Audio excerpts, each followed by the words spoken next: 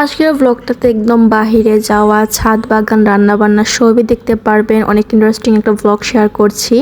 তো চলুন ব্লগটা শুরু করি। তো ব্লগটা শুরুই করলাম ছাদ থেকে। তো ছাদে একটু গিয়েছিলাম, অনেক সুন্দর বাতাস হচ্ছিল, বাতাসটা উপভোগ করার জন্য গিয়েছিলাম। আর এই যে দেখতে পাচ্ছেন আমার মরিচ গাছ, এগুলোতে খুব সুন্দর ফুল আসছে, সাথে ক্যাপসিকাম গাছে ক্যাপসিকাম ধরেছে, মানে দেখতেও ভীষণ ভালো লাগতেছিল আর কি।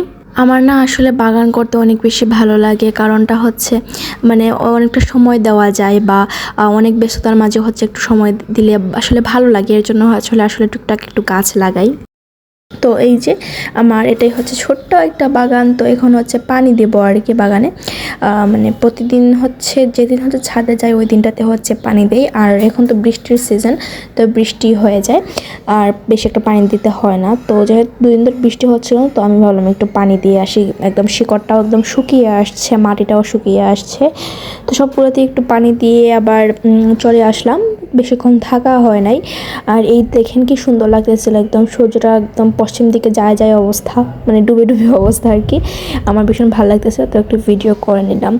আর এটা হচ্ছে পরের দিন হচ্ছে দুপুরে রান্নাবান্নাটা একটু শেয়ার করছি। আজকে হচ্ছে ডিম বোনাটা রান্না করেছিলাম।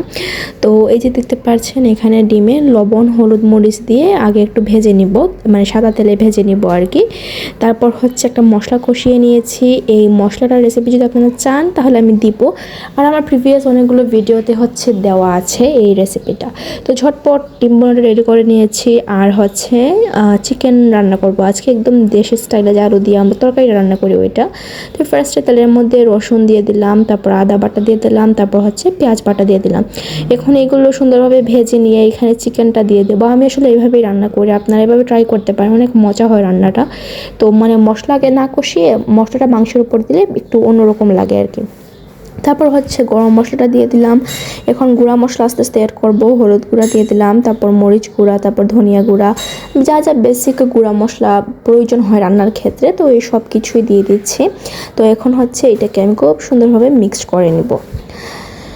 তো কষাতে হবে খুব ভালোভাবে, যত ভালোভাবে কষাবেন তত হচ্ছে রান্নাটা সুন্দর হবে, রান্নাটা মজার হবে। তো এখন হচ্ছে আমি আলুটা দিয়ে দিচ্ছি, আর আলুকে হচ্ছে মাঝখান থেকে কেটে দিয়েছি যেন মশলাটা ভিতরে ঢুকে। তো এটা হচ্ছে সন্ধ্যার দিকে হচ্ছে আমার একটু বাহিরে গিয়েছিল। তো এইভাবে দেখতে পাচ্ছেন খুব সুন্দর লিচু নিয়ে আসছে। আর লিচুগুলো মানে এত মজা ছিল না, মানে নতুন তো একটু টক ছিল, একটু ছোটো ছিল, বাট লিচু মজা হচ্ছে বড় বড় লিচু আর মিষ্টি মিষ্টি লিচু। এই লিচুর উপরে কোনো লিচু হয় না, বাট এগুলো হচ্ছে দেশি লিচু। বাট এগুলো আমার কাছে এতটাও ভালো লাগে না, আমার কাছে ওই বড় বড় হাইব্রিড লিচুটাই ভালো লাগে। তো এই যে দেখতে পাচ্ছেন এটাই হচ্ছিল আজকের ব্লগ। তো আশা করছি আপনাদের এই ব্লগটা ভালো লেগেছে। ভালো লাগে লাইক কমেন্ট শেয়ার করে আমার পাশে থাকবেন। সো এই তো আজকের মতো এখানে বিদায় নিয়ে নিচ্ছি। সবাই ভালো থাকেন, সুস্থ থাকেন। আল্লাহ হাফেজ, আসসালামু আলাইকুম।